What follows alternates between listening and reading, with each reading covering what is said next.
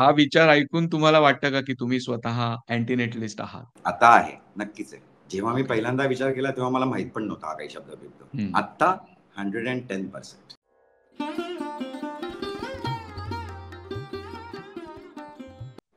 नमस्कार. आज आपल्याबरोबर आहेत अभिनेता, लेखक आणि दिग्दर्शक मिलिंद फाटक. मिलिंदजींना आपण वेगवेगळ्या मालिका, सिनेमा आणि नाटकातून वेगवेगळ्या भूमिकातून बघतच आलेलो आहोत. पण आज आपल्याबरोबर ते एका वेगळ्याच विषयावर बोलणार आहेत. झालं असं, की मार्च महिन्यामध्ये भाडीपचा एक एपिसोड आला होता. त्याचा विषय होता, की मुलांना जन्म द्यावा की न द्यावा? आणि त्यामध्ये मिलिंदजींचे विचार ऐकून मला असं वाटलं, की मिलिंदजींशी बोलता आलं, तर फार बरं होईल. आणि सुदैवाने आज आपल्याबरोबर मिलिंदजी आहेत. मिलिंदजी, तुम्हाला मी प्रश्नांकडे जाण्याअगोदर तुम्हाला काही बोलायचं का त्या एपिसोडबद्दल किंवा इन जनरल? नाही, आपण बेटर बोलायला सुरुवात करूया, त्यातनंच आपण बोलूया जास्त. बरं, बरं. तर विषय अर्थातच हा मुलांना जन्म देण्याबद्दल आहे. तर ह्या विचारामध्ये मला तुम्हाला असं विचारायचंय पहिल्यांदा, की मुलांना जन्म द्यावा, न द्यावा, कुणी द्यावा, केव्हा द्यावा, ह्याबद्दल तुमची पोझिशन नक्की काय आहे? मुलांना जन्म देऊ नये, अशा पोझिशनला मी आहे. नवीन अ, अ, नवीन जनरेशन अ, तयार करण्याची आत्ता वेळ नाहीये, असं मला वाटतं. अ, त्यामुळे काही काळ तरी आपण एक बॅलन्स साधण्यासाठी जरा गॅप घ्यावी आणि थोडा थंडपणे विचार करावा, असं माझं मत आहे. बरं, बरं, बरं. हा हा जो तुमचा हा जो विचार आहे, की मुलांना जन्म देऊ नये, ह्या विचाराचा जन्म कसा झाला? त्याबद्दल थोडं तुम्ही सांगाल का? ॲक्चुअली ह्या विचाराचा जन्म 30 वर्षापूर्वी झाला. जेव्हा माझ्यावर घरच्यांकडनं प्रेशर येत होतं, की काय आता कधी आम्हाला नातवंड कधी खेळवायला मिळणार वगैरे, वगैरे जे टिपिकल प्रश्न असतात किंवा आपल्या घराण्याचा वंश कसा पुढे जाणार किंवा तुमचं म्हातारपणात कोण सांभाळ करणार, या सगळ्याचा विचार करून आत्ताच वय आहे. वेळच्या वेळी मुलांना जन्म दिला, की मग सगळ्या गोष्टी कशा सुरळीत होतात आयुष्यात वगैरे, वगैरे, वगैरे विचारांचं बंबाडिंग सुरू झालेलं होतं. पण तेव्हा अ, माझा असा एक ठाम विचार होता, की ही रिस्पॉन्सिबिलिटी घ्यायला मी आता तयार नाही आयुष्यात. मला ज्या प्रकारचं आयुष्य जगायचंय, जगायची स्वप्न मी बघतोय, अ, त्या अ, चौकटीमध्ये मूल बसत नाही आणि त्यामुळे मुलांना जन्म द्यायला नको, असा 30 वर्षापूर्वीचा विचार होता माझा. इव्हेंच्युअली तो विचार आणखीन पक्का होत गेला, कारण बदलत गेलेली परिस्थिती. आजूबाजूला जे काय जगाचं स्वरूप बदलत चाललेलं होतं. एक काळ असाही आलेला होता, की मी जबाबदारी घेऊ शकतो आता इतर कोणाची किंवा अ, जबाबदारी घेऊ शकतो म्हणजे मी. पण तेव्हाही बदललेलं जे काही जग होतं, ते बघून मला परत एकदा असं वाटायला लागलं, की काही गरज नाही आता मुलांना जन्माला घालण्याची. ऑलरेडी खूप भरमसाठ अब्ज, करोड काय जे काय आकडे आहेत ते. त्याच्यात प्रजा आहे हं. आणि अ, कदाचित हा पेसिमिस्टिक विचार वाटेल, पण तो पेसिमिस्टिक नाहीये असं माझं स्पष्ट मत आहे, की आपण काही प्रॉमिसिंग फ्युचर देऊ शकतोय का कोणाला? ते देणार असू आपण, तरच काहीतरी नवीन निर्माण करावं. कारण काहीतरी नवीन निर्माण करण्यामागे बेसिकली एक आनंद शोधणं, एक बेटरमेंट हे स्वप्न असतं का कुठलीही नवीन गोष्ट जेव्हा निर्माण होत असते तेव्हा. आणि ती जर का बेटरमेंट मिळू शकणार नाही असं वाटत असेल, तर मग केवळ आपलं एक चालत आलेले काही गोष्टी आहेत म्हणून त्या तशाच चालू ठेवायच्या, असं मला नाही वाटत. आणि त्यामुळे मी नंतर तो माझा विचार आणखीन पक्का होत गेला, की नाही आता आहे त्या जगात सद्य परिस्थितीत मुलांना जन्म देण्यात काहीच मतलब नाहीये. आणि आहे त्या जगात म्हणजे मी लिटरली जगात म्हणतोय. ओन्ली भारतात म्हणत नाहीये. टोटली जगात कुठलाही धर्म, जात, पंथ, अ, अजून काय देश, अजून काय न्यूट्रल नॅशनॅलिटी, अजून काय जे जे काही क्रायटेरिया आहेत ह्युमन बिईंग्सना स्टॅम्प करण्याचे, त्या हम्म. कुठल्याच कारणात, त्या कुठल्याच यांनी मुलांना जन्म देऊ नये असं माझं मत आहे. बर, 30 वर्षापूर्वी तुम्ही जे म्हणालात, 30 वर्षापूर्वीचा काळ म्हणजे मी तर अगदीच लहान होतो. पण 30 काय 15 वर्षापूर्वी सुद्धा ह्या विषयावर कोणी बोलत नव्हतं. आत्ताही या विषयावर किती लोकं बोलायला तयार होतील मला शंका आहे. तर 30 वर्षापूर्वी असं तुम्हाला तुम्हाला असं स्वगत का जाणवलं, की नाही, नाही ह्याचा विचार केला पाहिजे पहिल्यांदा आणि मग आपण काय तो निर्णय घेतला पाहिजे? ऍक्च्युली मला एक्झॅक्ट कारण मी तुला म्हणलं होतं त्याप्रमाणे मला नाही सांगायचं. जेव्हा आपण पहिल्यांदा बोललो होतो या विषयावर, तेव्हा मी जसं तुला म्हणलं होतं की मला एक्झॅक्ट कारण आता पिन पॉइंट नाही करता येते. पण तेव्हा कदाचित असंही असू शकेल की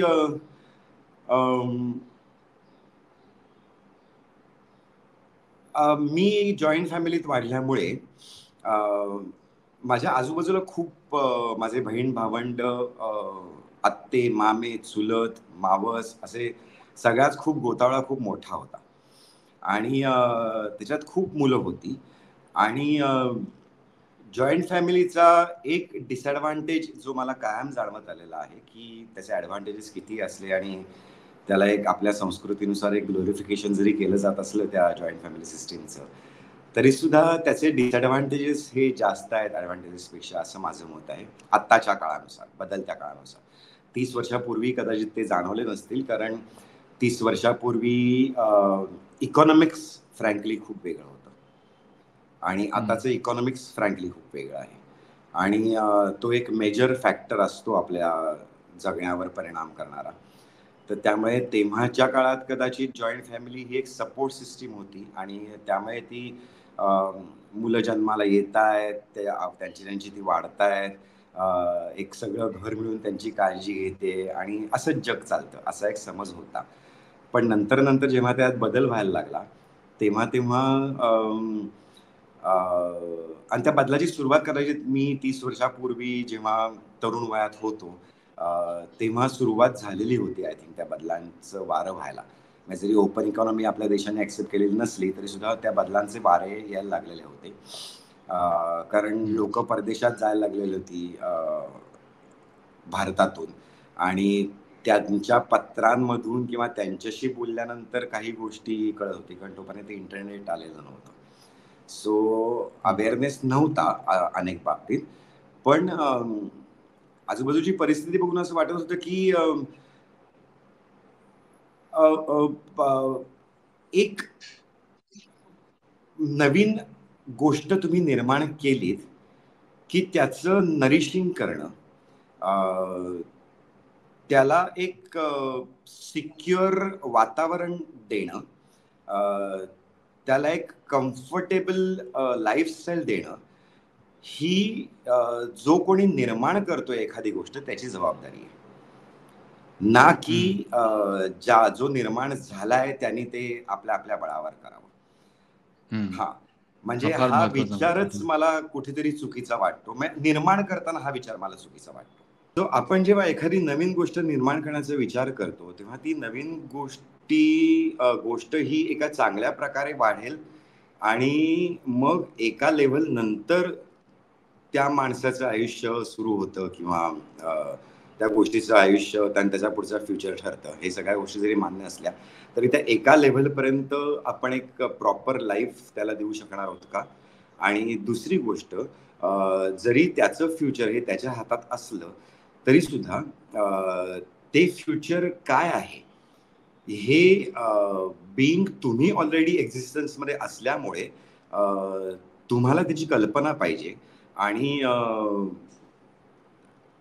त्या दृष्टीने तुम्ही विचार केलेला असला पाहिजे. मी असं नाही म्हणत आहे, की तुम्हाला फ्युचर प्रेडिक्ट करून तुम्ही एका युटोपियन जगाची कल्पना करून त्याच्यातच तुम्ही मुलांना जन्म देऊ शकता, असं नाही माझं म्हणणं. पण एक साधारण अंदाज आपल्याला असतो, की आपण कुठे चाललो आहोत आणि त्या सगळ्या रस्त्यावर आपण अजून कुणाला तरी सोडूया का? हा विचार करायला पाहिजे आणि हा विचार मला खूप उशिरा सुचला खरं तर. हा विचारापर्यंत येण्याची एक प्रोसेस होती जी नाटकामुळे, वाचनामुळे, अवेअरनेस आल्यामुळे, लोकांशी बोलल्यामुळे ह्यातनं तयार झालेल्या त्या गोष्टी होत्या. पण पहिल्यांदा जेव्हा मी ठरवलं होतं तेव्हा प्रामाणिकपणे एवढाच विचार होता की मला जबाबदारी घ्यायची नाहीये. ती जबाबदारी हं, घेण्याची माझी कपॅसिटी नाही आणि त्यामुळे मी मुलांना जन्म देणार नाही.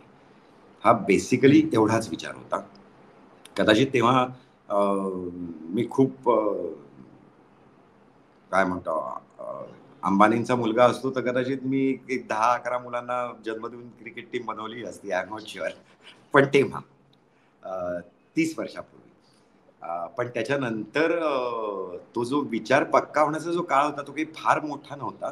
त्याच्यापुढे 5 वर्षात माझा हा विचार पक्का झालेला होता, की नाही, नाही हे जगच बरं राहिलेलं नाहीये आता, की नवीन मुलांना जन्म द्यावा आणि त्याची काही गरज नाहीये बेसिकली.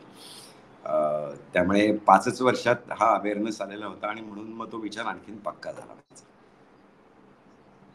अच्छा. त्याच्यामध्ये एक फक्त मला हे विचारायचं आहे, की 30 वर्षापूर्वी जेव्हा सुरुवातीला तुम्हाला हा विचार आला, तेव्हा ह्या बाबतीत तुमच्या बाजूनी बोलणारं असं कोणी होतं का? कोणीच नाही. कोणीच तुम्हाला म्हणजे एकटेपण असं वाटलं का, की पहिल्यांदा असं कसं काय आपल्याला? भयंकर, भयंकर. कारण मी तुला म्हटलं ना, मी जॉइंट फॅमिलीत वाढलेला माणूस आहे आणि जॉइंट फॅमिलीत हे सगळं एका पठडीप्रमाणे चालणारी सिस्टीम असते आणि 30 वर्षापूर्वी तर नक्कीच होती ती. अ, आजूबाजूला मोठे भाऊ होते, बहिणी होत्या, त्यांची लग्न होत होती, त्यांना मुलं होत होती. मित्र होते, त्यांची लग्न होत होती, त्यांना मुलं होत होती. त्यामुळे एक आपण ज्याला पियर प्रेशर म्हणतो किंवा सोसायटी प्रेशर म्हणतो, हं, त्यानुसार हं. लग्न करा, मुलं जन्माला घाला आणि मग तो एक झगडा करत राहा आयुष्यभर. अ, ज्याच्यातच जीवनाची इतिकर्तव्यता आहे वगैरे, वगैरे. हे सगळेच हं, असेच सगळे विचार आजूबाजूला येत होते. पण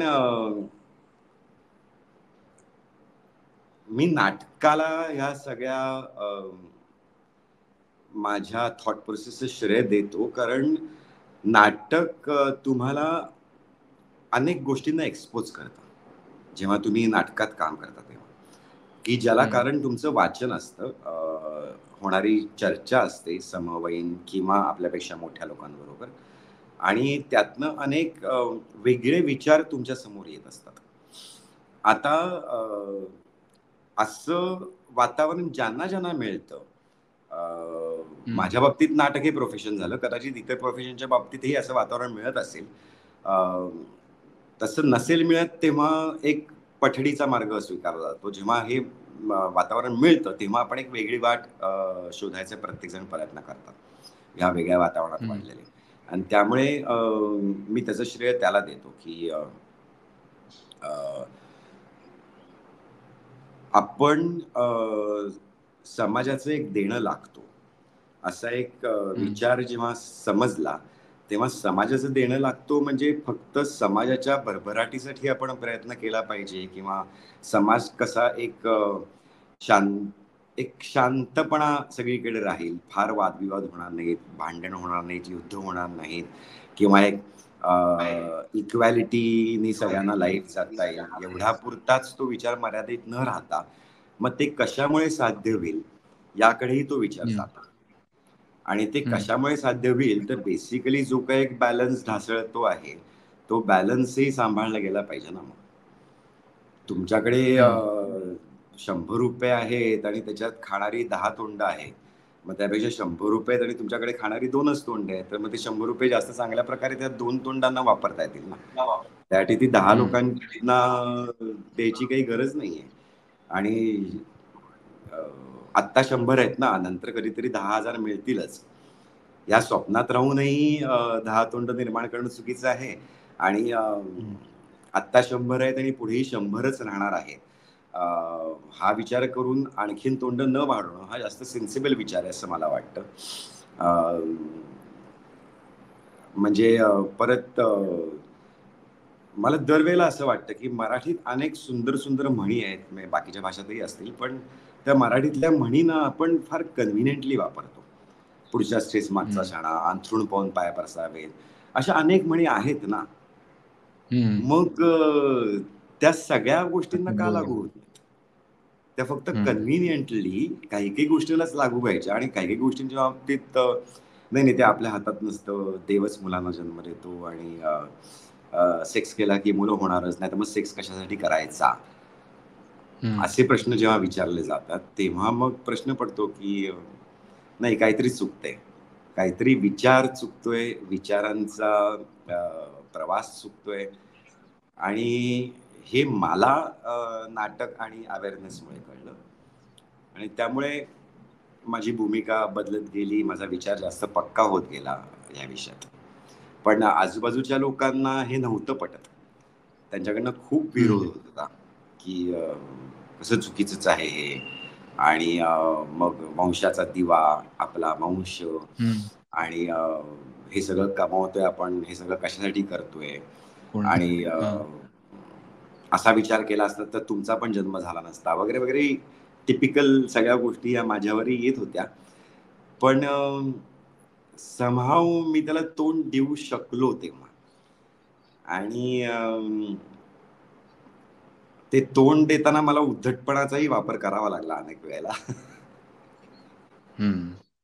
बरोबर. पण त्याला काही पर्याय नाहीये, कारण मी तुला सांगू का, तो जो आमचा काळ होता ना, तो 30 वर्षापूर्वी ना, तुमच्यापेक्षा वयाने मोठ्या माणसांशी तुम्ही उलट उत्तर करून बोलायचं नाही, त्यांना प्रश्न विचारायचे नाहीत, किंवा बसा संस्कृती पु ल करेक्ट, देशपांडेंच्या ह्याच्यात. ते जसं सांगतील तसं वागत राहा, असं होतं. आणि समव मी तसा नाही घडलो. आता ह्याच्यात कदाचित माझ्या आई-वडिलांना मी श्रेय द्यायला हवं असेल, की त्यांनी मला तसं घडण्याचं स्वातंत्र्य दिलं असं आपण म्हणू शकतो. नक्कीच दिलं. पण तुम्हाला जेव्हा स्वातंत्र्य हवं असतं किंवा तुम्हाला जेव्हा एक वेगळा विचार करायचा असतो ना, तेव्हा मुळात तुम्ही धाडसानी पहिलं पाऊल उचलावं लागतं. तरच समोरच्याचा विरोधाची डिग्री बदलू शकता तुम्ही. विरोध थांबवू शकता असं नाही मी म्हणत, पण विरोधाची डिग्री बदलू शकता. कारण तुम्ही एका फर्मली एक विचार मांडताय, म्हणल्यानंतर त्याला तितक्याच फर्मली उत्तर द्यावं लागेल ह्याची जाणीव समोरच्याला होते. आणि मग तो अनलेस अंटिल तो हुकुमशहा नसेल तो तुमचं म्हणणं ऍटलीस्ट ऐकून घेतो किंवा हे घेतो. आणि हुकुमशहाशीच जर का तुम्हाला डील करायचं असेल तर ते कसं करावं लागतं हे आपण आजकालच्या जगात हळूहळू शिकायला लागलो तसं मला वाटतंय. ते आता ते थोडंसं भविष्य आहे बहुतेक. ओके. मला ॲक्चुअली काही असे प्रश्न विचारायचे आहेत तुम्हाला, की आजच्या जगात त्या 30 वर्षापूर्वी तुम्ही जसे होतात, त्या वयाची जी आज मुलं-मुली असतील आणि हे बघत असतील, त्यांना समजा त्यातल्या कुणाला असा विचार करताना अशा प्रश्नांना सामोरं जायचं असेल, तर त्यांनी कसं काय उत्तरं द्यावीत, ह्या सगळ्या प्रश्नांना तुम्ही मगाशी जे म्हणलात ते. तर त्या प्रश्नांकडे मला यायचंय खरं. पण त्या अगोदर एक मला आत्ताच्या घडीतलं हे विचारायचं आहे, की ह्या सगळ्या तुमच्या प्रवासात 30 वर्ष ते आत्तापर्यंत तुम्ही नाटकामुळे तुम्हाला एक विचाराची बैठक मिळाली वगैरे, वगैरे. आणि त्या काळी सुरुवातीला कोणीच नव्हतं तुम्ही म्हणालात असा विचार करणारं. पण मग या नाट्य क्षेत्रात, कला क्षेत्रात अशा विचारांची काही लोकं होती का? आणि हो, आहेत हो. का? हो, होती, होती. आहेत आणि आता तर खूप आहेत. आता म्हणजे नुसतं नाट्य क्षेत्रातच नाही, अनेक क्षेत्रात अशी लोकं खूप आहेत, की जे मुलांना जन्माला घालण्याच्या फारशा विचाराचे नाहीयेत. म्हणजे त्या भाडीपाच्या पॉडकास्टवरच्याच कमेंट्स तू वाचल्यास, तर तुझ्या लक्षात येईल, की अनेक लोकं आहेत, की ज्यांना ते पटलंय. आणि ते फॉर आहे त्या गोष्टीला. ही आजची परिस्थिती आहे. फक्त नाट्यक्षेत्रापुरती नाहीये ती. आणि त्यामुळे एक डबल इन्कम नो किड्स, ज्याला डिंक्स असा शॉर्ट फॉर्म आहे त्याचा, असं म्हणलं जातं. अशी एक संज्ञामध्ये तयार झालेली होती, की बरं त्याला एक थोडासा ते म्हणताना एक उपरोधिक सूर पण असायचा एका पिढीकडनं, की हां, ते तर काय ते डिंक्स आहेत ना. म्हणजे त्यांना फक्त स्वतःचं समाधान बघायचंय. स्वतःची ऐश बघायची आहे. आणि नवीन काही स्वार्थीपणाचा आरोप थोडासा त्यात आहे. करेक्ट. नवीन जबाबदाऱ्या घ्यायचीच तयारी नाहीये आणि जबाबदाऱ्या घेतल्याशिवाय कसं कळणार? हा जबाबदारीपासून पळ काढणं वगैरे वगैरे असं सगळं ते एक आर्ग्युमेंट्स अजूनही होतात. पण आत्ता बऱ्यापैकी लोक फॉर आहेत त्या गोष्टीला. ऍटलिस्ट मी जे ते मी तुला म्हटलं ना, मुलं जन्माला न घालणं याच्या मागचं अजूनही मेजर कारण हे इकॉनॉमिक्स आहे. अर्थकारण हे त्याच्या मागचं मेन कारण आहे अजूनही लोकांच्या डोक्यात. मी ज्यांच्याशी त्या पॉडकास्ट नंतर किंवा अदरवाईज सुद्धा मी बोलतो तेव्हा त्याच्यात अर्थकारण हा मेजर एक कॉम्प्लेक्स असतो. म्हणजे वैयक्तिक त्यांचं अर्थकारण असं तुम्ही म्हणताय. Correct correct correct. आणि एकंदरीत एक मागची जनरेशन म्हणजे आता मी 58 वर्षाचा आहे, सो आयडियली मला मुलं झाली असती तर ती आता त्या वयात असती की काय मग कधी चान्स घेताय वगैरे असं मी त्यांना म्हटलं असतं. तर ते मला म्हटले असते की नाही आता आम्ही जबाबदारी पेलू शकत नाही. जे मी 30 वर्षापूर्वी म्हणलो होतं तेच आताही म्हणतात. पण अजूनही एक ग्रेटर गुड मध्ये अख्ख्या जगाचा विचार करून मला नाही वाटत ते खूप लोक हा डिसिजन घेतात. कारण सगळ्यांचं असं एक आशावाद सगळ्यांच्या मनात इतका बळकट असतो ना, ज्याच्यावरच ऑब्व्हियसली सगळं दुनिया चालू आहे की नाही होईल बरी परिस्थिती, मी का आत्ता हे करू. आणि आत्ता ती वेळ अजून आलेली आहे का की खरंच एवढा ड्रास्टिक डिसिजन घ्यायची गरज, असं अजूनही मत आहे. पण आत्ताच्या लोकांचं हे झालं, पण मला हे विचारायचं होतं की नाटक आणि कला क्षेत्रामध्ये पूर्वीच्या काळात आणि म्हणजे पूर्वीच्या काळात काही असं निर्मिती झाली का या अंगाने आणि भविष्यात होऊ शकेल का मराठीमध्ये विशेष करून? डायरेक्ट निर्मिती मला आठवत नाहीये की असं कुठलं डायरेक्ट ह्या विषयावर बोलणारं नाटक लिहिलं गेलेलं होतं. माझ्या 30 वर्षापूर्वी तर नक्कीच मला आठवत नाहीये. 30 वर्षापूर्वी जी थोडीशी वेगळ्या धाटणीची नाटकं तेंडुलकरांनी किंवा गोपू देशपांडे किंवा ह्या समकालीन लेखक जे होते, कर्नाडांसारखे लेखक होते, बाकीच्या भाषांमध्ये पण याविषयी लिहिलं जात होतं, ज्याची मराठी ट्रान्सलेशन आमच्यापर्यंत यायची. हिंदी साहित्यात अशी काही नाटकं येत होती की जी वेगळ्या विचाराची होती, पण त्याच्यात मुलं जन्माला घालू नयेत असा विचार मांडणारं काही आलेलं नव्हतं, माझ्या वाचनात तरी नव्हतं आलेलं.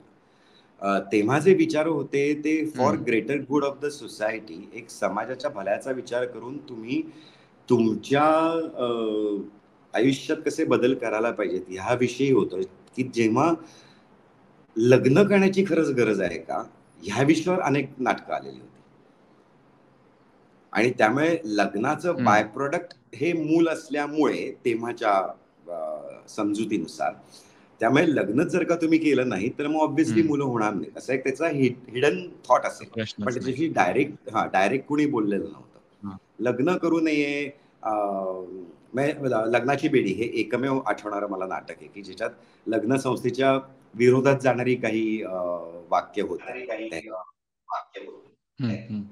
की त्याच्यात जी 2 कॅरेक्टर्स होती की जे लग्न न करता राहायचा विचार करतायत वगैरे वगैरे अशी नाटकं आलेली होती. पण मुलं जन्माला घालण्याविषयी नव्हतं किंवा न घालूच नाही जन्माला असा काही विचार नव्हता त्याच्यात.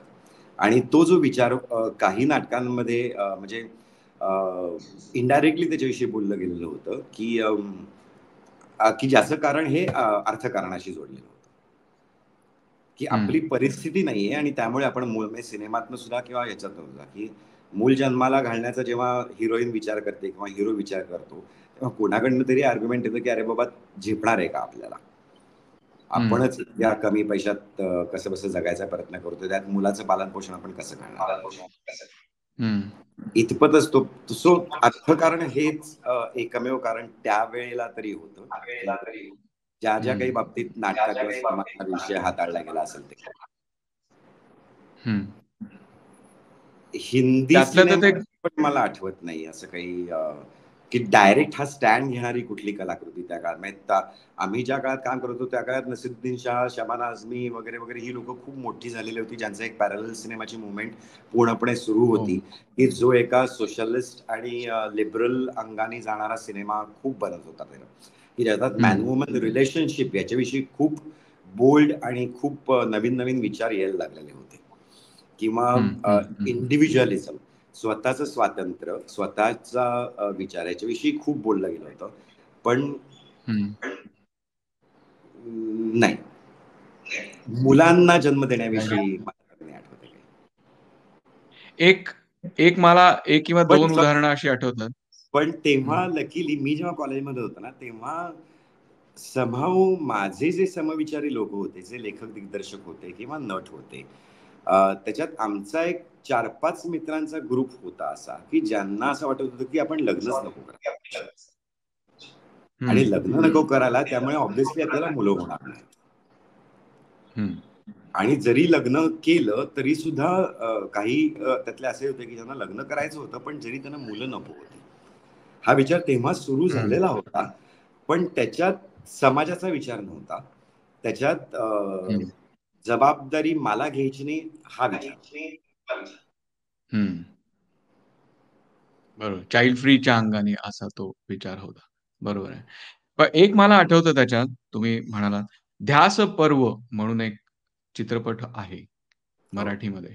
अ, अ, रधो कर्व्यांवरती आहे.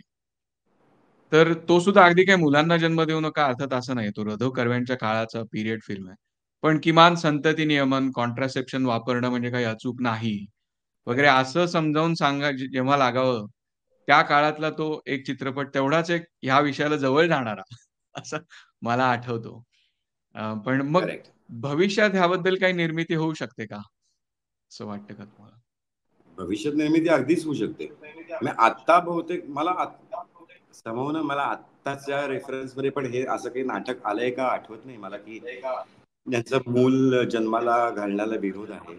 आलंही असेल, कारण हा विषय आता तसा नाटकाच्या दृष्टीने जुना झालेला असं नाही म्हणणार मी. पण सॉरी, मला मला आठवत नाही आता ह्या विषयावर असलेलं नाटक आहे. पण ह्या विषयावर नाटक लिहायची मला मात्र इच्छा नक्की आहे. कारण माझ्या हातात हेच एक मीडियम आहे, की ज्याच्या थ्रू मी हं, मला जे काही वाटतं ते बोलू शकतो. माझ्या मनात जे काही विचार येतात ते मांडायचं धाडस मी करू शकतो. हं. आणि त्यासाठी मला स्वतःला लेखन करावं लागेल. कारण करेक्ट. दुसऱ्या कोणाला तरी सांगून त्याची ती वैचारिक अवस्था आहे की नाही मला माहिती नाही. त्यामुळे हं. मला ते स्वतःलाच लिखाण करावं लागेल त्या विषयावर, आणि तसं काहीतरी करीन मी. डबल इन्कम नो किड्स हे एक इंटरेस्टिंग नाव आहे टिंग्स. बघूया. काहीतरी वापरून ते लिहायचा प्रयत्न करतो मी नक्कीच. नक्की. Looking forward yes. त्याच्यासाठी. अं, आता मी त्या मूळ प्रश्नांकडे येतो आणि नंतर आपण मग अँटिनेटलिझमकडे पण जाऊयात. पण जे नेहमीचे रेग्युलर प्रश्न असतात, की आता हा व्हिडिओ समजा कोणीतरी बघतंय, आज 20शीत-30शीतला मुलगा-मुलगी आणि त्यांना हे प्रश्न विचारले जातील, की तुम्ही फक्त तुमचाच विचार करताय, तुम्ही स्वार्थी आहात किंवा वंशाचा दिवा काय? मग तुम्ही कशासाठी जगताय? तुमच्या आई-वडिलांनी असा विचार केला असता, तर मग किती वाईट झालं असतं. तर ह्या सगळ्या प्रश्नांना तुम्ही कसं उत्तर द्याल? आज त्यांच्यासाठी त्यांना काय सांगाल तुम्ही? या सगळ्या प्रश्नांच्या मागे काही प्रॅक्टिकल थॉट आहे असंच मला वाटत नाही. हं, आमचा वंश कसा पुढे जाणार, किंवा तुमची म्हातारपणात कोण काळजी घेणार, किंवा हं, आम्ही तुम्हाला जन्म दिला नसता तर काय झालं असतं, हे इतके हायपोथेटिकल आणि फ्रँकली स्पीकिंग हे प्रश्नच चुकीचे आहेत मुळात. त्यांची उत्तरं काय देणार तुम्ही? हं. मग बरोबर. अशा रीतीने मग मी जे म्हणतोय तेही तितकंच व्हॅलिड आहे ना, की मला जर का असं वाटतं, म्हणजे तुम्ही असं म्हणताय की म्हातारपणात तुमची काळजी कोण घेणार म्हणून मुलांना जन्म द्या, किंवा आमचा वंश कसा वाढणार म्हणून मुलांना जन्म द्या. हं, आता ह्या हं, दोन्ही गोष्टी हायपोथेटिकल आणि ज्याचं भविष्य कोणीच काही प्रेडिक्ट करू शकत नाही किंवा सांगू शकत नाही, अशा लेव्हलचे प्रश्न आहेत ना. मग तसंच हं, माझा हं, प्रश्न हं, आहे, की उद्या जर का 10 वर्षांनी कोणीतरी एक अणुबॉम्बच फेकला तर मुळात हे जगच नसणार आहे. तर कुठला विचार करतात? मग कशासाठी करताय? मग हा. माझा विचार पेसिमिस्टिक आहे आणि तुमचा विचार ऑप्टिमिस्टिक आहे असं कुठल्या गोष्ट बेसिसवर आपण म्हणू शकतो? हम्म. त्यामुळे ह्या प्रश्नांची उत्तरं नाही देता येणार. या प्रश्नांना एवढंच उत्तर देता येईल की ओके फाईन, तुम्हाला जे योग्य वाटतं ते तुम्ही करा, मला जे योग्य वाटतं ते मी करेन. त्याच्या हम्म. पलीकडे त्याला काही उत्तर नाहीये. पण याच्यात काय होतं ना, आपला समाज आणि भारतापुरतं आता बोलायचं झालं तर आपण एक खूप इमोशनली ड्रिव्हन माणसं आहोत. आपली हम्म. जडणघडण तशी झालेली आहे आणि त्यामुळे हे सगळे इमोशनल प्रश्न येतात. आणि एक गोष्ट मला नक्की जाणवते की खूप रॅशनल विचार करणं आणि खूप इमोशनल विचार करणं अशा दोन्ही एक्स्ट्रीम्सना जाऊन कधीच जगता येत नाही. हम्म. कारण तुम्ही इमोशन धुडकावून लावू शकत नाही पूर्णपणे, कारण ती एक इनबिल्ट सिस्टीम आहे तुमच्या हम्म. ब्रेनने ऑपरेशननी तयार केलेली. तशीच उत्क्रांती झाली. हम्म. करेक्ट. आणि रॅशनल थिंकिंग हे सुद्धा तुमच्या ब्रेनमुळेच, तुमच्या डेव्हलप्ड ब्रेनमुळे मिळालेलं टूल आहे तुम्हाला. सो हम्म. मग रॅशनल विचार करून जर का जास्त फायदा होणार असेल तर मग आपण ब्रेन डेव्हलप करण्याच्या मागे लागूया का इमोशनली त्या ब्रेनला वीक ठेवून तसंच राहूया? हा हम्म. आता परत प्रत्येकाने करायचा विचार आहे. प्रत्येकाचा चॉईस हम्म. आहे तो. हम्म. पण एकंदरीत जोपर्यंत तुम्ही आतापर्यंत जे जे शोध लागलेत जगात आणि ज्या ज्या वेगळ्या वाटा चोखाळल्या गेलेत जगात, अगदी ते रणधर कर्वे असोत किंवा आईन्स्टाईन असो किंवा डार्विन असो किंवा आपल्याकडे सुभाषचंद्र बोस असोत किंवा आपल्याकडे राजा राममोहन रॉय असोत, ज्यांनी सतीची प्रथा बंद करायचा हे केला, हम्म. किंवा फॉर एक्झाम्पल, हे एक्झाम्पल मी नंतर देतो, थोडासा वेगळा विचार येतो पण जो विचार मला खूप अपील करतो माझ्या आजोबांचा, की माझ्या आजोबांनी 1936 साली जेव्हा पहिल्यांदा बिझनेस करायला सुरुवात केली, एका ब्राह्मण घरातला माणूस धंदा करायला उतरतो हेच तेव्हा खूप होतं. तेव्हा हम्म. ब्राह्मण माणसं धंदा नाही करायचे, ते नोकरी करायचे हम्म. किंवा काहीतरी वेगळी उपजीविका असायची त्यांची. पण जेव्हा त्यांनी धंदा करायचा विचार केला तेव्हा त्यांनी कशापासून सुरुवात केली, तर त्या काळात ज्या विधवा स्त्रिया असायच्या त्या लाल आलवण डोक्यावरनं घेऊन त्या एका लाल हो. आलवणात वावरणाऱ्या स्त्रिया असायच्या, की ज्यांना हम्म. दुसरा कुठलाही रंग घालायला परवानगी नव्हती समाजाच्या हम्म. नियमांनुसार. ज्यांना वर्षातनं 2 किंवा 3च त्या साड्या दिल्या जायच्या आणि त्याच त्या रोज हम्म. धुवून त्यांची जपणूक करून त्या वापरायच्या.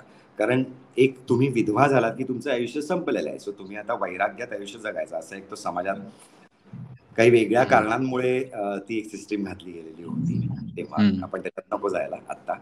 पण तर ती आलवणं रंगवून देण्याचा धंदा त्यांनी सुरू केला, की जेणेकरून बर. तुम्हाला लालच रंग वापरायचा ना, तर ठीक आहे.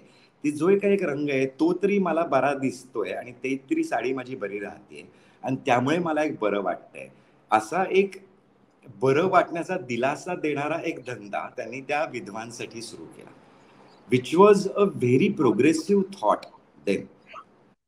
हा जेव्हा मला विचार कळला तरुण झाल्यानंतर, की माझ्या आजोबांनी असं तेव्हा मला कळलं, की अरे वाह! प्रोग्रेसिव्ह विचार केला आणि तो जर का चांगला असेल तर त्याला पाठबळ मिळू शकतं. तुम्हाला धाडसानी हम्म. पाऊल उचलावं लागतं एवढाच मुद्दा आहे. ते हम्म. धाडसानी पाऊल माझ्या आजोबांनी उचललं, मग मी धाडसानी पाऊल हे उचलतोय की नाही मला मुलं नाही होणार. हम्म. करेक्ट. तो तुम्ही धाडसानी पाऊल उचला, तुम्हाला जो विचार योग्य वाटतोय त्या संदर्भात तुम्ही धाडसानी पाऊल उचला. तो योग्य का अयोग्य विचार होता हे काय ठरवणार आहे? हम्म. केल्याने होत आहे अशा अर्थ. एक्झॅक्टली. परत एकदा तू मराठी म्हणच सांगितलीस मला, ज्याचा आपण वापर नीट करत नाही. हो. नाही, तो म्हणजे खरं म्हणजे रामदासांचं हे पण एक्झॅक्टली. केल्याने म्हणजे होत आहे त्यांनीच अनेक अविकेले गोष्टी होत आहे. सांगून ठेवलेल्या आहेत, पण ते फक्त एक मनाचे श्लोक म्हणायचे, पाठ करायचे आणि विसरून जायचे एवढंच राहतं ते. हो, बरोबर आहे. अम, आता मला थोडस एका नवीन विचाराकडे यायचंय आणि त्याचं नाव आहे अँटीनेटलिझम. म्हणजे आपण आत्तापर्यंत बहुतांशी जी चर्चा केली ती तुम्ही जसं म्हणालात तसं वैयक्तिक अर्थकारण हा एक मुख्य कारण आहे लोकांना, ज्या लोकांना मुलांना जन्म द्यायचा नाही किंवा त्यांना जबाबदारी नको इथून विचार सुरू होतो वगैरे, वगैरे. तर हे असा विचार करणाऱ्यांना टेक्निकल जर आपण लेबल लावायचं झालं तर चाइल्ड फ्री आपण म्हणू शकतो. म्हणजे चाइल्ड फ्री हे आता तसं नावाजलेलं नावाजलेले. संज्ञा आहे नावाजलेली. भाडीपच्या एपिसोडमध्ये पण आपण चाइल्ड फ्री बघितलं. पण त्याही पुढे जाऊन मुदलातच मुलांना जन्म देताना जे मूल जन्माला येणार आहे, त्याच्या दृष्टिकोनातून हा जन्म देणं योग्य आहे की नाहीये, असा जेव्हा आपण विचार करतो आणि तो विचार जनरल जेव्हा एथिक्सच्या बाबतीत मी म्हणतो, इथे समाजकारण, सोशिओलॉजी, इकॉनॉमिक्स असं नाही. एथिकल स्टँडर्ड्सवर हा निर्णय घेतो. तेव्हा मग हा अँटीनेटलिझमचा विचार येतो. ह्याच्यामध्ये असं आहे की मुलांना जन्म देणं हे अयोग्यच आहे. कारण पहिलं एक गृहीतक हे आहे की ह्या चाइल्ड फ्रीमध्ये सुद्धा असं मानलेलं आहे की हा आमचा पर्सनल चॉईस आहे. मुलांना जन्म द्यावा की न द्यावा. ज्यांना द्यायचंय त्यांनी द्यावा. आम्हाला नाही द्यायचं त्यामुळे हा आमचा पर्सनल चॉईस आहे. तर अँटी-नेटलिझममध्ये पहिलं गृहीतक हे आहे, की ह्या प्रक्रियेतून एक नवीन जीव निर्माण होणार आहे. त्याच्यामुळे पर्सनल चॉईस आपण केव्हा म्हणतो, जेव्हा माझ्या चॉईसमुळे इतर कुणाला काही इम्पॅक्ट होणार नाहीये. निगेटिव्ह असो, पॉझिटिव्ह असो. तेव्हा तो पर्सनल चॉईस आहे. मी करेक्ट, निळा शर्ट घातला काय, हिरवा शर्ट घातला काय, काही फरक पडत नाही दुसऱ्याला. तो पर्सनल करेक्ट, चॉईस आहे. करेक्ट. पण मी रस्त्यात उभा राहून मोठा एक दगड भिरकावणार आहे. तो माझा पर्सनल चॉईस आहे. असं मी म्हणू शकत नाही, कारण तो दगड कुणाच्यातरी डोक्यात पडू शकतो. तसं जेव्हा मी नवीन मुलांना जन्म देतो, तेव्हा एक नवीन जीव या जगात निर्माण होणार आहे आणि त्याच्या ठिकाणी सुख आणि दुःख ही निर्माण होणार आहे. त्याच्यामुळे हा चॉईस फक्त पर्सनल चॉईस राहत नाही. आता तुम्ही म्हणाल, की म्हणजे मग मी सांगायचं का तुम्हाला मुलांना जन्म द्यायचा की नाही? तर तेवढ्यापुरता हा पर्सनल चॉईस आहे, की रिप्रोडक्टिव्ह राइट्स असावेत. प्रत्येकाला ठरवता आलं पाहिजे मला मुलांना जन्म द्यावा की नाही. लीगल भाषेत म्हणायचं झालं तर रिप्रोडक्टिव्ह राइट्समुळे हा पर्सनल चॉईस नक्कीच आहे. हं, पण मॉरली बघायचं झालं, तर हे नवीन मूल जे जन्माला येणार आहे, त्या मुलाचा कन्सर्न आणि त्या मुलानी असलेल्या समाजावर पडणारा इम्पॅक्ट, मग बर्डन असो, भार असो किंवा काही असो. ह्या 2 गोष्टींमुळे हा मॉरल डायमेन्शनमध्ये पर्सनल चॉईस उरत नाही. हं. आणि मग त्यामुळे मग आपल्याला एक एथिकल चौकटीमध्ये विचार करावा लागतो, की हे योग्य की अयोग्य? आणि मग आपण जर त्या मुलाच्या दृष्टिकोनातून विचार केला, तर जन्माला येण्याच्या अगोदर ते मूल त्याच्या संभाव्य सुखांपासून, त्याच्या आयुष्यातल्या जे संभाव्य सुख आहे, जे ते मूल उपभोगणार आहे, त्यापासून जन्माला येण्या अगोदर वंचित नाहीये. पण जन्माला आल्यानंतर ते अनेक दुःख आणि यातनांना त्याला सामोरं जावं लागणार आहे. आता प्रत्येकाला वेगवेगळ्या प्रकारची, वेगवेगळ्या तीव्रतेची सगळं ते आहे. पण त्याला सामोरं जावं लागणार आहे आणि प्रत्येकाला मृत्यू आणि मृत्यूच्या प्रोसेसमधनं येणाऱ्या यातना अटळ आहेत. म्हणजे काय झालं, की जी सुख मुदलातच ज्यापासून ते मूल वंचित नाहीये, ती सुख प्रदान करण्यासाठी म्हणून आपण त्याच्या ठिकाणी ही दुःख निर्माण करतो. हे एक आर्ग्युमेंट आहे अँटी-नेटलिझमची. हं. ह्याच्या व्यतिरिक्त तुम्ही थोडंसं रिस्क आर्ग्युमेंटबद्दल बोललात, की अनेक रिस्क्स आहेत आयुष्यात आणि त्या रिस्क्स आपण त्या मुलाच्या वतीने आपण घेतोय. म्हणजे आपण एक प्रकारे त्या मुलाशी गॅम्बल करतोय. स्वतःच्या पैशाने आपण जुगार खेळत नाही. दुसऱ्याच्या पैशाशी आपण जुगार खेळतोय. खरं म्हणजे दुसऱ्याच्या जीवाशीच आपण इथे जुगार खेळतोय. आणि ह्या सगळ्यामध्ये त्या मुलाला विचारण्याची मुभा नाही, की तुला या जगात यायचंय की नाही? आज आणि हे खरं आहे, की बहुतेकांना जर विचारलं, की "हे जग कसं आहे बुवा?" तर फार काही पॉझिटिव्ह मत असण्याचं कारण नाही प्रत्येकाला ह्या जगाबद्दल. इव्हन आपल्या पुरातन हिंदू लिटरेचरमध्ये जर बघायला गेलं, तर आपल्याला काय गोल दिलेला आहे, की आपल्याला मोक्ष प्राप्तीचा एक गोल दिलेला आहे प्रत्येकाला. मोक्ष म्हणजे काय, की ह्या सगळी जी मोहमाया आहे, ह्यातून आपल्याला मुक्ती मिळवायची आहे. आणि ह्या संसारातून मुक्ती मिळवायची आहे. मुक्ती हा शब्द आपण चांगल्या गोष्टीपासून मिळवण्यासाठी वापरत नाही. मुक्ती हा शब्द आला ह्याचाच अर्थ असा, की हे जग फार काही चांगली जागा नाहीये. मग ह्या जगात तुला मी आणतोय, तुला यायचंय का? हे विचारण्याचीच मुळात आपल्याला मुभा नाहीये. अशा ज्या काही आर्ग्युमेंट्स आहेत, ह्याच्यामुळे हा विचार आहे की मुलांना जन्म देणंच मुद्दाम नैतिकदृष्ट्या अयोग्य आहे. ह्याला अँटीनेटलिझम असा विचार म्हणतात. ह्याच्यावरती इंग्रजीमध्ये अनेक पुस्तकं वगैरे पण लिहिली आहेत. काही स्पॅनिश भाषांमध्ये पण लिहिली गेलेली आहेत. तर हा असा थोडासा चाइल्ड फ्रीच्या पासून वेगळा असा विचार आहे. तर ह्याबद्दल तुम्हाला काय वाटतं?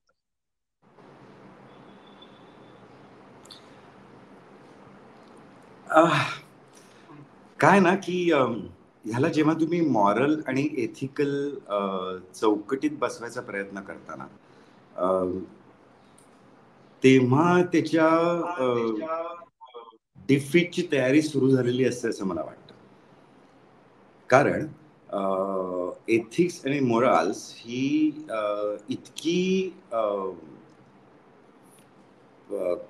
फ्लेक्झिबल आहेत आयडियली. प्रत्येक विषयाच्या कॉन्टेक्स्टमध्ये त्याचं मिनिंग वेगळं आहे एथिक्स आणि मोरल्सचं.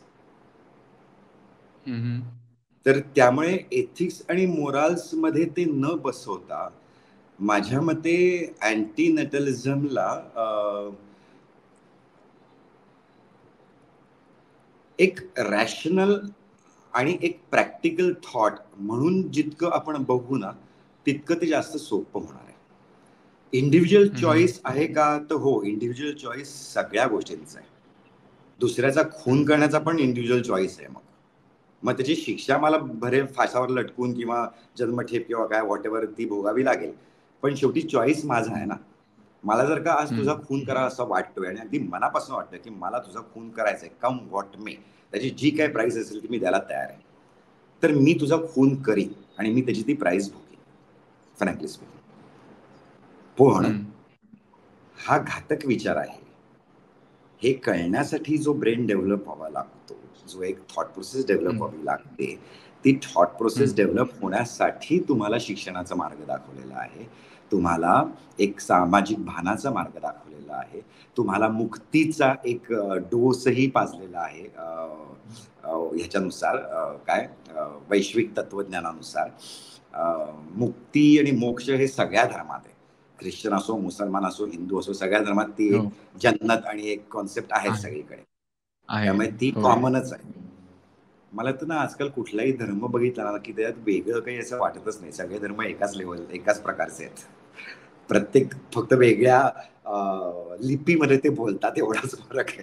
बाकी काहीही फरक नाही.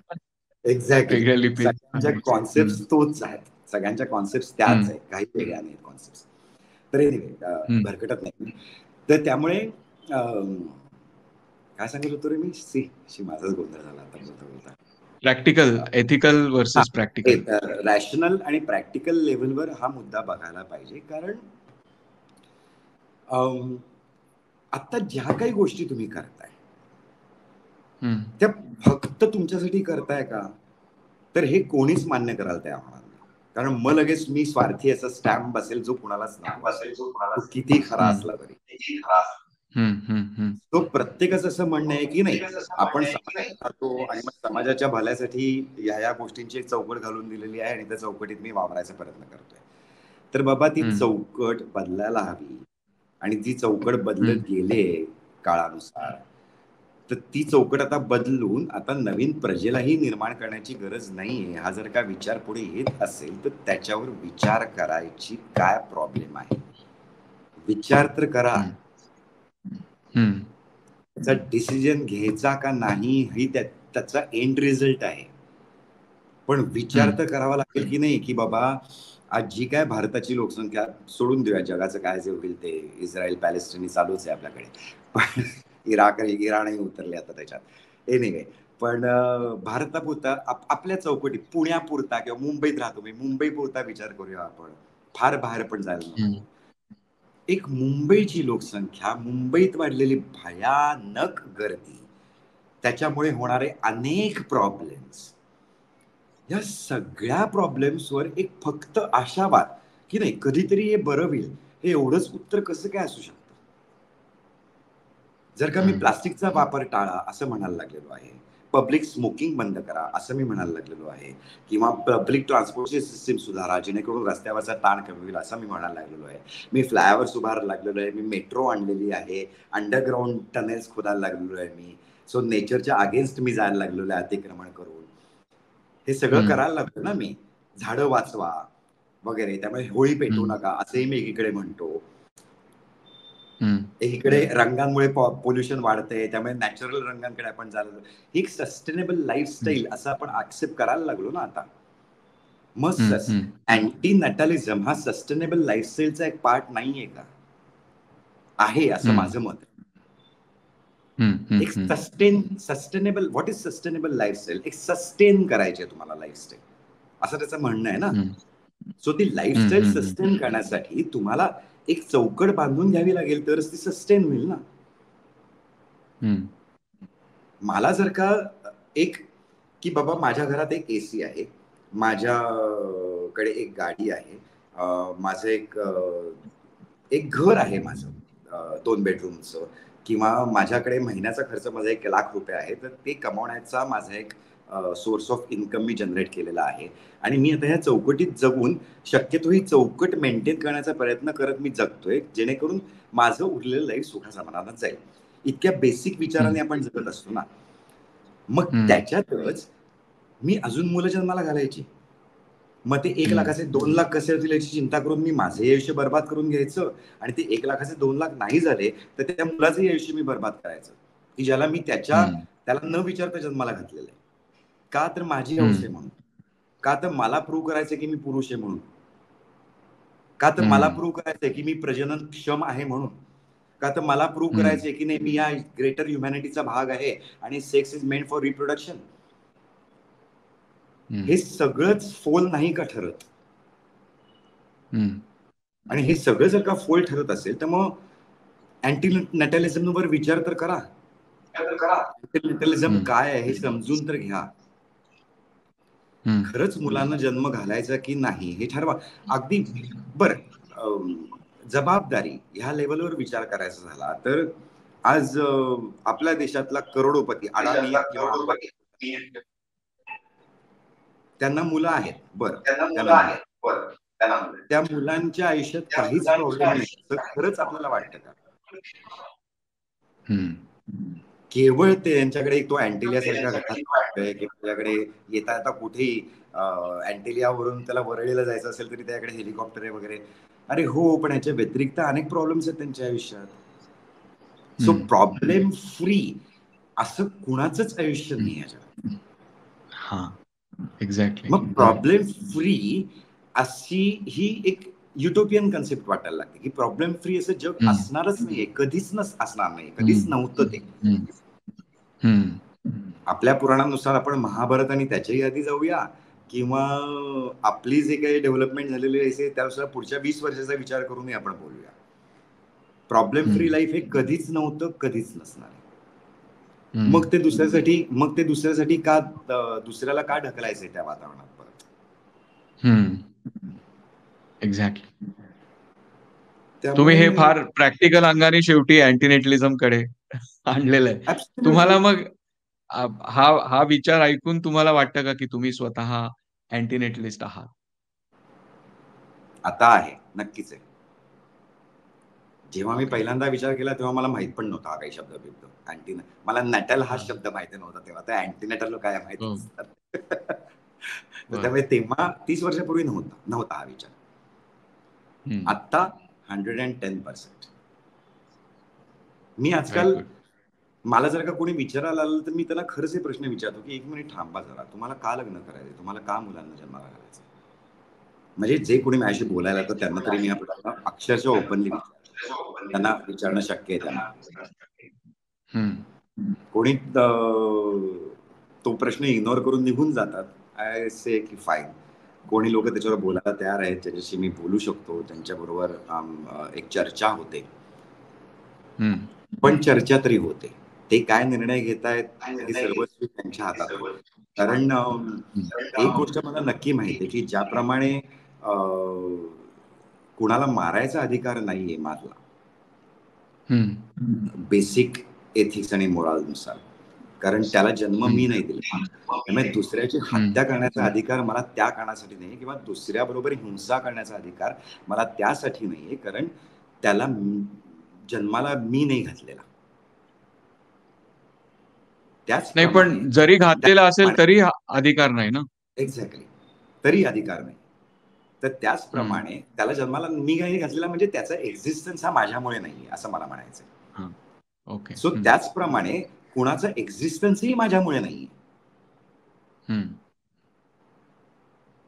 सो हा, हे मी हे जन्माला हे तुम्ही सिमेट्री, मला जर कुणाची हत्या करण्याचा अधिकार नसेल, तर मग कुणाला इथे आणण्याचा तरी अधिकार काय आहे, एक्झॅक्टली असं तुम्हाला. हा. एक्झॅक्टली. आणि त्यामुळे तू म्हणतोयस तो एका अर्थी बरोबर आहे मुद्दा, की हा इंडिव्हिज्युअल प्रश्न नाहीये आता नाही राहिलेला. जेव्हा तुमच्याकडे संसाधनं नव्हती, जेव्हा तुम्ही डेव्हलपिंग स्टेजमध्ये होतात, आदिमानवापासून आपण एक स्वतःला आजकाल माणूस म्हणतो आपण, तिथपर्यंत आपण आलेलो आहोत. सो त्या प्रवासात कदाचित तुम्ही नवीन पिढी, नवीन मुलं जन्माला घातलीत, कारण त्याचा पर्पज खूप वेगळा होता. आता काय आहे? आता मला पर्पज काय आहे मुलं जन्माला घालण्याचा, जो नाही दिसत. What is the purpose? वंश वाढवणं? सॉरी, हा पर्पज नाही असू शकत. तुमची जबाबदारी, तुमची म्हातारपणी काळजी घेण्यासाठी मुलं जन्माला घालायची, तर आजकाल वृद्धांचे काय प्रॉब्लेम्स आहेत सगळ्या जगाला माहिती आहे. त्याच्याविषयी मला काही बोलायची इच्छा नाही. आजकाल आता मुलं जन्माला घातलेली माझ्याच वयाची जी पिढी आहे ती सुद्धा म्हणते की छे आमच्या मुलांकडनं अपेक्षाच नाही की ते म्हातारपणी आमचा सांभाळ करतील. मग तुम्ही का मुलं जन्माला घातली तिथे? पण जाऊ दे, आता हा प्रश्न त्यांना विचारण्याची वेळ निघून गेलेली आहे, कारण त्यांनी मुलं उशीर झाला. जन्माला. बरं, ते त्यांच्या मुलांना सांगतायत का की मुलं जन्माला घालू नका? तर नाही, तसंही होताना दिसत नाहीये, विच इज व्हेरी सरप्राइझिंग. आता बरं, ह्या सगळ्याच्या मागे ना मला एक थॉट असं जाणवतो की ना, एक एक सिक्युअर झोन जो बनलेला असतो ना, तो कुणाचीच तोडायची तयारी नसते, विच इज फेअर इनफ. मी पण माझ्या एका कम्फर्ट झोन मध्येच जगतो आयुष्यात, नो डाऊट. पण ती सिक्युअर झोन, ज्याला आपण सिक्युअर झोन म्हणतोय, तो खरंच सिक्युअर झोन आहे का? तर तो अनेक ठिकाणी डिफीट होताना दिसतोय आपल्याला, की ज्याच्यात मूल जन्माला न घालणं हाही मोडतो विषय. मग आपण का नाही सांगत पुढच्या पिढीला? ऍटलिस्ट आपण त्यांना ह्या विषयावर विचार करायला उद्युक्त का नाही करत होत? आपल्याच मुलांना किती अडचणींना सामोरं जात आता जगण्यासाठी धडपड करावी लागते, हे दिसत असताना सुद्धा आपण आपल्या मुलांना सांगत नाही आहोत की अरे बाबा, तुम्ही आता आणखीन पुढे नका जाऊ, तुम्ही आधी तुमचं आयुष्य नीट मार्गी लावा, मग बघा काय तुम्हाला करायचं. बरं, ह्याच्यात आणि श्रीमंत गरीब हाही भेद नाहीये रे. म्हणजे मला अनेक श्रीमंत लोकांचं पण हे कमाल वाटते की अरे काय म्हणजे तुम्ही तर प्रिव्हिलेज्ड आहात. तुम्ही प्रिव्हिलेज असल्यामुळे तुम्हाला एक्सपोजर जास्त आहे. तुम्ही मनाला वाटेल तेव्हा तिथे युरोपमध्ये जाऊन, अमेरिकेत जाऊन किंवा कुठेही जाऊन जगात काय चाललंय बघू शकताय.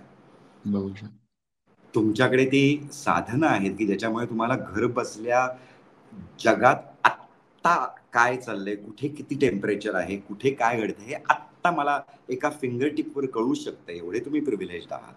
हे कळत असताना सुद्धा तुम्ही जर का अवेअर होणार नसाल, तर मग ही एका डिबॅकलची सुरुवात आहे कदाचित. प्रिव्हिलेज बरोबर जबाबदारी येते ना, त्या जबाबदारीचं काय, असा प्रश्न आहे तो. त्या जबाबदारीचं काय? आणि तेव्हा मग मला हे आर्ग्युमेंटही येतं अनेक वेळेला की नाही, हा फक्त काही प्रिव्हिलेज लोक विचार करतात, अनप्रिव्हिलेज किंवा जे अनअवेअर किंवा जे, मला शब्द वापरायचा नाहीये खरं तर, पण अडाणी किंवा इतर धर्माची वगैरे वगैरे त्यांची प्रजा वाढत जाईल. त्यांना ह्या आर्ग्युमेंटला म्हणजे आता कसं उत्तर देऊ? म्हणजे मी खून करायचा ठरवलेलाच आहे, तर बाबा मी तुला पटवायचा प्रयत्न करेन की अरे बाबा, खून करणं चुकीचं आहे, त्याच्यामुळे तुझ्या आयुष्यावर हे परिणाम होऊ शकतात, तुला तो अधिकार नाहीये, हे मी एका लेवलपर्यंत तुला पटवून देऊ शकतो. पण तुझं डोकं जर का फिरलेलं असेल, तुझ्या मेंदूचा बॅलन्स गेलेला असेल आणि तुझं काय ठरवलेलंच असेल की नाही मी खून करणारच काही करू, तर त्याच्या पलीकडे मी तुला फक्त बांधून ठेवू शकतो किंवा तुला तुरुंगात टाकू शकतो. म्हणजे तुला कुठल्या तरी एका बंदिस्त ह्याच्यात ठेवून तो मी खून टाळायचा प्रयत्न करू शकतो, पण ती डिक्टेटरशिप झाली. ते तुझ्या अधिकारांवर अतिक्रमण झालं, जे मी नाही करू शकत. हो, पण आपण फक्त आर्ग्युमेंटच करू शकतो. आणि जास्तीत हे जास्त. बरोबर. आर्ग्युमेंट करणं आवश्यक आहे. त्यामुळे अँटी नेटिझलिझम म्हणजे बोलत राहणं, त्याचा हां. प्रचार करत राहणं हे एक्झॅक्टली. अत्यंत आवश्यक आहे. त्यातनं जे काय होईल ते. हं. कदाचित अजून 10 वर्षांनी, अजून 20 वर्षांनी कदाचित बदल झालेला असेल. पण आणि जो आता कदाचित त्याच्यावरचं अजून एक आर्ग्युमेंट आहे, की अँटी नेटिझमवरचं, की हा कसा एक परदेशी थॉट आहे. वेस्टर्न संस्कृतीचं हं. अतिक्रमण होतंय आणि वेस्टर्न संस्कृती कशी रसातळाला चाललेली आहे. आता कसं त्यांना माणसांची किंमत कळायला लागलेली आहे. ते कसं परत फॅमिली सिस्टमकडे जायला लागलेले आहेत, वगैरे, वगैरे. त्याच्यावरचं माझं आर्ग्युमेंट असं आहे, की किंवा त्याचा माझा प्रतिवाद असा आहे, एकतर हे वेस्टर्न संस्कृतीचं अतिक्रमण नाही, ही पहिली गोष्ट. कारण 30 वर्षापूर्वी जेव्हा माझ्या मनात विचार आला किंवा माझ्या समवयीन लोकांच्या मनात विचार आला, तेव्हा वेस्टर्न संस्कृती आमच्या पंचक्रोशीत सुद्धा आलेली नव्हती. त्यामुळे एक्झॅक्टली. त्यामुळे हे वेस्टर्न संस्कृतीचं अतिक्रमण नाही. आता अतिक्रमण आपण असं म्हणतो, कारण त्यामुळे आपल्या समजांना धक्के बसायला लागलेले आहेत. की जी धक्के पचवायची आपली तयारी नाही, कारण आपण तसे अवेअर झालो नाही. आणि त्यामुळे आपला गोंधळ होतोय. आपण एका संक्रमणाच्या अवस्थेत आहोत आता कदाचित, आणि त्यामुळे मग कुणावर तरी ब्लेम टाकायचा म्हणून आपण तो त्या परदेशी विचार संस्कृतीवर टाकतोय, विच इज व्हेरी रॉंग. बरं, त्याच्यामुळे त्यांचा लॉस झालाय का? तर लॉस झालाय का प्रॉफिट झालाय, हा फार इंडिव्हिज्युअल प्रश्न आहे परत. त्यांच्याकडे आपण जसं बघतोय तसं जग आपल्याला दिसतंय. हां. आपल्याला दृष्टिकोनाचा असं भाग. वाटतंय, की हो, त्यांच्याकडे खूप फॅमिलीचा प्रॉब्लेम झालेला आहे. तर नाही. त्यांच्याकडे 90 वर्षाची 2 म्हातारी माणसं सुद्धा खूप सुखासमाधानाने जगणारी मला माहिती आहे. आणि तसंच आपल्याकडेही 90 वर्षाची माणसं खूप खिचपत पडलेलीही मला दिसतायत, 10 मुलांना जन्म घालून सुद्धा. त्यामुळे ह्या 2 गोष्टींना काही बेस नाहीये. त्यांच्याकडे जी कोणी माणसं असं म्हणत असतील, की नाही, आमची मुलं आमच्यापासून दूर गेले, ती कदाचित त्यांची मानसिक गरज आहे. ते सगळ्या संस्कृतीचं रिप्रेझेंटेशन नाहीये. कुठली फॅमिली व्यवस्था ढासळायला लागलेली आहे ह्याचं रिप्रेझेंटेशन ते नाहीये. ते एक सिलेक्टेड लोकांचं मत आहे. जे सिलेक्टेड लोकांचं मत आपल्या इथे पण आहे, की नाही, मला मुलं जन्माला नाही घालायची आणि मी सुखी आहे. उद्या मला जर का वेळ आली, की माझं करायला कोणी नाहीये, तर मी कुठल्यातरी केअर करणाऱ्या संस्थेमध्ये ॲडमिट होईन आणि तिथे माझं म्हातारपण घालवीन. त्याची सोय आहे आता जगात सगळीकडे. किंवा जेव्हा मला हे आत्ताच माहिती आहे, मी कळत्या अवस्थेत असताना जेव्हा मला हे माहिती आहे, की कदाचित म्हातारपणी माझी काळजी घेणारं कोणीतरी नसेल, तेव्हा माझी काळजी घेण्यासाठी मी आत्तापासून स्वतःला सक्षम बनवण्याचा प्रयत्न करत राहीन. आणि ते सक्षम बनवण्यासाठी मी पावलं उचलीन, ना की मी कोणीतरी एक नवीन जीव जन्माला घालीन आणि त्याच्यावर माझी जबाबदारी घालीन. एक्झॅक्टली. म्हणजे एकीकडे तुम्ही मला असं म्हणताय, की तू जबाबदारीपासून पळायला बघतोयस, तर जे मुलं जन्माला घालतायत तेही जबाबदारीपासून पळायलाच बघतायत ना. ते तर उलट दुसऱ्याच्या डोक्यावर टाकतात. एक्झॅक्टली. तुमच्याच जगण्याची जबाबदारी तुम्ही घ्यायला तयार नाही आहात आणि तुम्ही मला म्हणताय, की मी जगण्याची जबाबदारी घ्यायला तयार नाही. बरोबर आहे. त्यामुळे एक मला अनेक वेळेला बोलता बोलता हा प्रश्न पडतो, की हे इमोशन्स आणि प्रॅक्टिकल ह्याच्यामध्ये जो आपण अडकून पडतो ना, इमोशनल आणि रॅशनल असं आपण म्हणू, याच्यामध्ये जे आपण अडकून पडतो, तर जिथे जिथे पॉसिबल आहे तुम्हाला, जिथे जिथे तुम्हाला तुमची बौद्धिक वाढ अलाऊ करते रॅशनल विचार करणं, तिथे तिथे तरी तुम्ही रॅशनल विचार करून तुमच्या इमोशन्सना दूर ठेवणं हे खूप आवश्यक आहे. भावनिक वागून नेहमी तोटाच होतो असंही म्हणतो ना आपण आपल्याच भाषेत. आणि दरवेळेला आपण भावनिकच कारण देत राहतो आपल्या प्रत्येक कृतीला समर्थनार्थ. हे किती कॉन्ट्राडिक्टरी आहे. एक जरा तो सो मी अँटी प्रिव्हिलेजचा इंटेलिजन्सचा मुद्दा. फॉर असं एक स्टेटमेंट करूया आपण. Thank you. मला फक्त तो प्रिव्हिलेजचा मुद्दा थोडासा एक्सपांड करायचा होता, तुमच्याकडे थोडा वेळ असेल तर, की ही आर्ग्युमेंट मला वाटतं भाडीपच्या एपिसोडमध्ये पण केली होती, की तुमच्यासारखे शिक्षित लोकच जर असा विचार करत असतील, तर शिक्षित आणि सुसंस्कृत लोकांची लोकसंख्या कमी होईल, ते विलुप्त होतील आणि असंस्कृत आणि अशिक्षित लोकच या जगात मग व्यापून राहतील. तर याला तुम्ही जरा मला एक्सपांड कराल का? काय मग अशा बेसलेस आर्ग्युमेंटला काय एक्सपांड करणार? तू सांग मला. हं. हे किती बेसलेस आर्ग्युमेंट मला आहे? असं वाटतं, की हे युजेनिक्स आहे. म्हणजे हे ही संपूर्णपणे. भीती आहे. ही फक्त भीती आहे. आणि ज्या हं, भीतीला काही बेसही नाहीये. हं, एक देव आहे कोणीतरी जो सगळ्या जगाला चालवतोय. किंवा बरं तुम्हाला देव हं. म्हणायचं नाही, पण कोणीतरी एक शक्ती आहे जी सगळ्या जगाला चालवते. आपण सुपर कसे पॉवर. फक्त पपेट्स आहोत. हां. हं, मग तेही म्हणायचं नसेल तर मग नेचर आहे. नेचरच्या पॉवरच्या वरती तर काहीच नाही. तर बाबा अजून शोध नाही लागलेला. एवढंच त्याचं उत्तर आहे. हं. त्या ज्या काय माहिती आहे. माझ्यापेक्षा पॉवरफुल गोष्टी दिसतायत मला, त्यांना कॉन्कर करायचा शोध आणि माझी कपॅसिटी अजून डेव्हलप झालेली नाहीये आणि म्हणून त्या गोष्टींची मला भीती वाटते, एवढाच त्याचा अर्थ आहे. कारण माझं हं, त्याच्याकडे त्याच्याशी प्रतिकार करायची शक्ती माझ्याकडे नाहीये. हं. असं काहीतरी आहेच. एक असं क्लेम पारलौकिक. नाही. असं कसं हं, क्लेम करता येईल? ज्याचं हं. प्रूफ नाही, ती गोष्ट चा शोध मी घेऊ शकतो, ती अस्तित्वात आहेच, असं मी मानू नाही शकत. ह्याला एक मराठीत म्हण आहे, "बाप दाखव नाही तर श्राद्ध कर." ती फ्रँकली स्पीकिंग अतिशय उद्धटपणाचं वाटेल हे, पण ही म्हण मी देवाच्या बाबतीतही वापरू शकतो. बाप दाखव नाही तर श्राद्ध कर. हं. मी तेच म्हणतोय. हां. म्हणजे त्यात आता आपल्या विषयाकडे येऊया आपण. तर त्यामुळे अ, अ, सॉरी तू काय प्रश्न विचारला होतास मला? प्रिव्हिलेज, सुसंस्कृत, असंस्कृत, तर असंस्कृत. मला असं म्हणायचं की एकतर अं, समाज जो काही चालतो, तो कुणाकडे बघून चालतो? हं. आपल्यापेक्षा खालच्या लोकांकडे बघून आपण आपण किती समाधानी आहोत याची जाणीव ठेवावी, हा भाग सर्वस्वी वेगळा आहे. पण हं. आपली जी स्वप्न, आपलं जे काही फ्युचरचं प्रेडिक्शन ॲस्पिरेशन्स. असतं, ॲस्पिरेशन्स असतात आपली, ही कुणाकडे बघून आपण तयार करतो. तर ही सगळी फक्त पैसा या लेव्हलवर मी नाही बोलत आहे. बौद्धिक लेव्हलवर पण मी बोलतोय. मला सायंटिस्ट व्हायचंय, मला डॉक्टर व्हायचंय, मला इंजिनियर व्हायचंय. सगळं जे काय मला तुम्हाला कोण व्हायचंय असा एक जो लहानपणी प्रश्न विचारला जातो, त्याची उत्तरं कोणीतरी असं देतं का, की नाही मला भिकारी व्हायचंय, नाही मला रिक्षा हं, ड्रायव्हर व्हायचंय.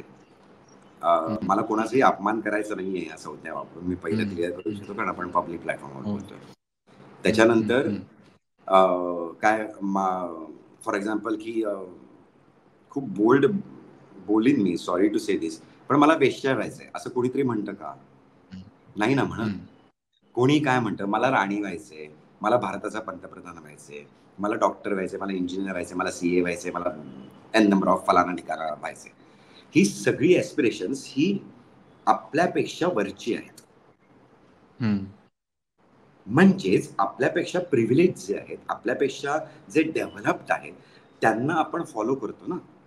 त्यांना सगळा हं. समाज फॉलो करतो. मग एक चांगली वाट घालून देण्याची जबाबदारी पण त्या प्रिव्हिलेज समाजाकडेच आहे ना. प्रिव्हिलेज समाजवर. इन ऑल हं, सेन्स. हं, बौद्धिक, शारीरिक, इकॉनॉमिक सगळ्याच बाबतीत. हं, हं, हं. कोणीतरी जिम करून खूप चांगलं शरीर केलेलं आहे, तेव्हाच त्याला म्हणायचा अधिकार आहे, की "अरे बाबा जाऊन जिम कर. तुझंही शरीर असं हं. बनव." बरोबर. का त्याने असं म्हणायचं, की "नाही, नाही, नाही. काय नाही, मी केलंय. तुम्हाला काय जगायचं ते जगा." अरे, हं. मग बरोबर हेच आहे. उदाहरण सगळ्या गोष्टींना लागू होतं.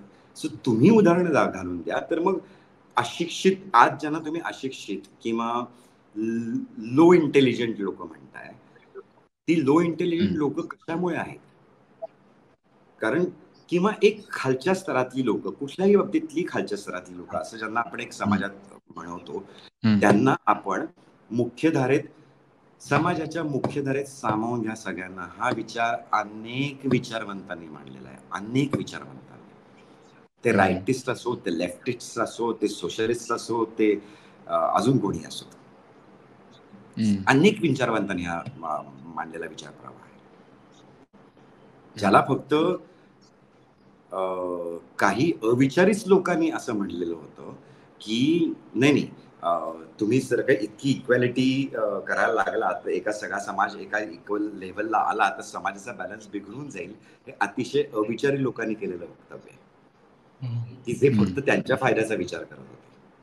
हम्म, बरोबर आहे. आणि त्यामुळे हा विचारच बेसलेस आहे की फक्त अशिक्षित लोकांची संख्या वाढेल आणि हे वाढेल. बरं, वाढू दे, मग त्यांची संख्या वाढू देत, जेणेकरून ते मुख्य धारेत येतील, जेणेकरून तेही अवेअर होतील आणि मग त्यांची पुढची पिढी हा, तरी चांगली जाईल. तेच ते म्हणजे करेक्ट. ते त्यांची प्रजा वाढून ते सुशिक्षित होतील, कारण त्यांना कळेल की आपण अशिक्षित आहोत किंवा हम्म, आपण बॅकवर्ड आहोत हे त्यांना कळू देत. तरच ते कुठेतरी त्यांच्यात ऍस्पिरेशन येईल ना की आपण फॉरवर्ड व्हायला पाहिजे. हम्म, हम्म, हम्म. ह्या ह्या संदर्भात बरं का, एक प्रश्न माझा विचारायचा राहिला की हे मान्य आहे पूर्णपणे की मी जरी प्रिव्हिलेज असलो तरी नवीन मूल इथे आणणं काही योग्य नाही. किमान मी काय करतोय की असलेल्या अंडर प्रिव्हिलेज लोकांवर मी भार वाढवत नाहीये आणखी एक नवीन मूल इथे आणून त्या संसाधनांवर. पण ह्या पुढेही जाऊन काही लोक असं, आणि भाडीबामध्ये ते आपण उदाहरण बघितलं, की ह्याहूनही चांगली गोष्ट म्हणजे काय, की तुम्ही एक अस्तित्वात असलेलं मूल अडॉप्ट करा. Exactly, exactly. तसं हां, त्याबद्दल तुम्हाला काही म्हणजे त्या म्हणायचंय? दिवशी त्या दिवशी ममता सकपाळ होत्या त्या पॉडकास्टमध्ये. तर त्या, हं, मला एक्झॅक्ट फिगर माझी कदाचित चुकेल बोलताना, पण तिकडे नका लक्ष देऊ. 3 लाख का 30 लाख त्या काय म्हणल्या मला नक्की आठवत नाही, मी परत एकदा जाऊन चेक करतो, पण माझ्या मते ती 30 लाख ही फिगर आहे की हं, गव्हर्नमेंट रेकॉर्डनुसार 30 लाख अनाथ मुलं आहेत आता. हं, आणि ही गव्हर्नमेंट रेकॉर्डनुसार आहे की ज्यांचं जन्म नोंदला गेलेला आहे, त्यानुसार त्या बोलतात. ज्यातल्या फक्त 261 मुलांना सांभाळण्याचं काम त्या काळात करतात.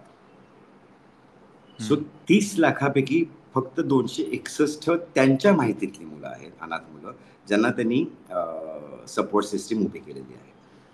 असेच अनेक हं, लोक असतील ममता सक्कबाळांसारखीची, की जी सपोर्ट सिस्टीम उभी करून त्या मुलांना सपोर्ट द्यायचं काम करतात. पण 30 लाख मुलं ऑलरेडी आहेत. ती 30 लाख मुलं ही प्रजा आहे ना निर्माण झालेली. सो त्या हं, 30 लाख मुलांना 30 लाख फॅमिलीनी जरी दत्तक घेतलं तरी एक मेजर प्रश्न तुम्ही समाजातला सोडवणार आहात. सोडवतो. हं, फारच मोठा प्रश्न. नाही, पण मग ज्यांनी अशा अनाथ मुलांना जन्म दिला त्यांची चूक आहे ना, त्यांची चूक आहे ना, मान्य आहे ना त्यांची चूक आहे. हं, पण मग ती चूक हं, सुधारण्याचं काम कुणाचं आहे? हं, मग नवीन तुम्हाला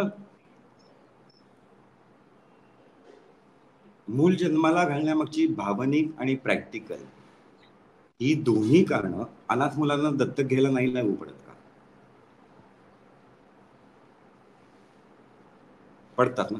तुम्हाला तुमचं वंश पुढे चालवायचं आहे, ते मूल चालवेल. हा, तुमच्या अच्छा, अशा अर्थाने तुम्ही म्हणता. एक्झॅक्टली. तुम्हाला हं, तुमचं आडनाव, की माझं आडनाव फाटक आहे, जे आता काय जगाच्या अंतापर्यंत चालू राहावं असं जर का माझी अम्बिशन असेल, तर त्या मुलाला दत्तक घेऊन त्याला मी माझं फाटके आडनाव देऊन ते फाटके आडनाव तर जिवंत राहू ठेवू शकतो. त्या हो. मुलामध्ये मी ही स्वप्न बघू शकतो की तो माझी म्हातारपणी काळजी घेईल. हं, त्या मुलाला एक बरं आयुष्य देऊन मी माझा एक कुणाला तरी बरं आयुष्य देण्याचं जे काही एक स्वप्न आहे ते मी पूर्ण करू शकतो. हं, सो जी काही कारणं आहेत इमोशनल आणि प्रॅक्टिकल, ती सर्व एक मूल अडॅप्ट करून सुद्धा सॉल्व्ह होतात. हं. आता त्याच्यात माझ्या रक्ताचंच वगैरे असा जो काही विचार आहे. विचार आहे. तर ते रक्त, त्या रक्ताचं प्रमाणपत्र कोण कोण आणि कसं देणार? म्हणजे त्याला खरंच किती अर्थ आहे हा प्रश्न आहे पण, कुठनं की मिळणार ते?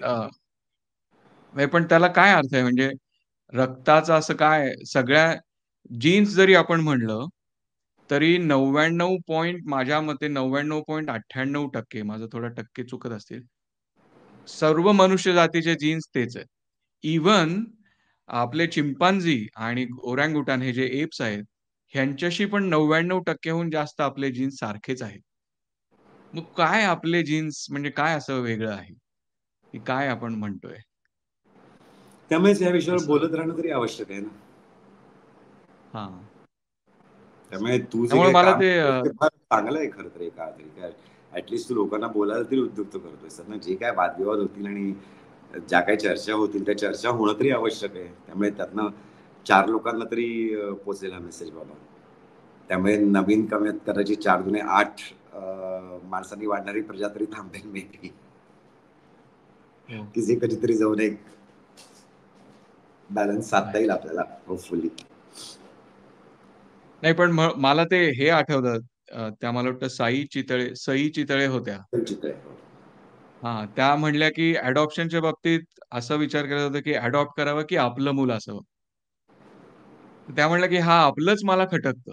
कारण अडॉप्ट केलेलंही मूल आपलंच असतं. आपलंच असतं. हे मला फार भावलं तिथे. कारण काय म्हणजे आपलं म्हणजे काय? असं काय? आपलं काय असतं नाहीतर असं. त्यामुळे तो रक्ताचा विचार इतका असा मला हे वाटतं की अर्थहीन आहे असं. ॲब्सोल्युटली. अं, अजून काही मिलिंदजी तुम्हाला सांगावसं वाटतंय का ह्या बाबतीत? जे आपण ऑलरेडी मुलात जे ज्यांना जे आता आपण जोडपी म्हणूयात किंवा सिंगल म्हणूयात व्हॉटएव्हर जे ह्याचा विचार करतायत, जे ह्या वयात आहेत किंवा जे ह्या विचाराशी झुंज देतायत, जशी तुम्ही 30 वर्षापूर्वी दिली. त्यांना विशेष करून तुम्ही काय सांगाल?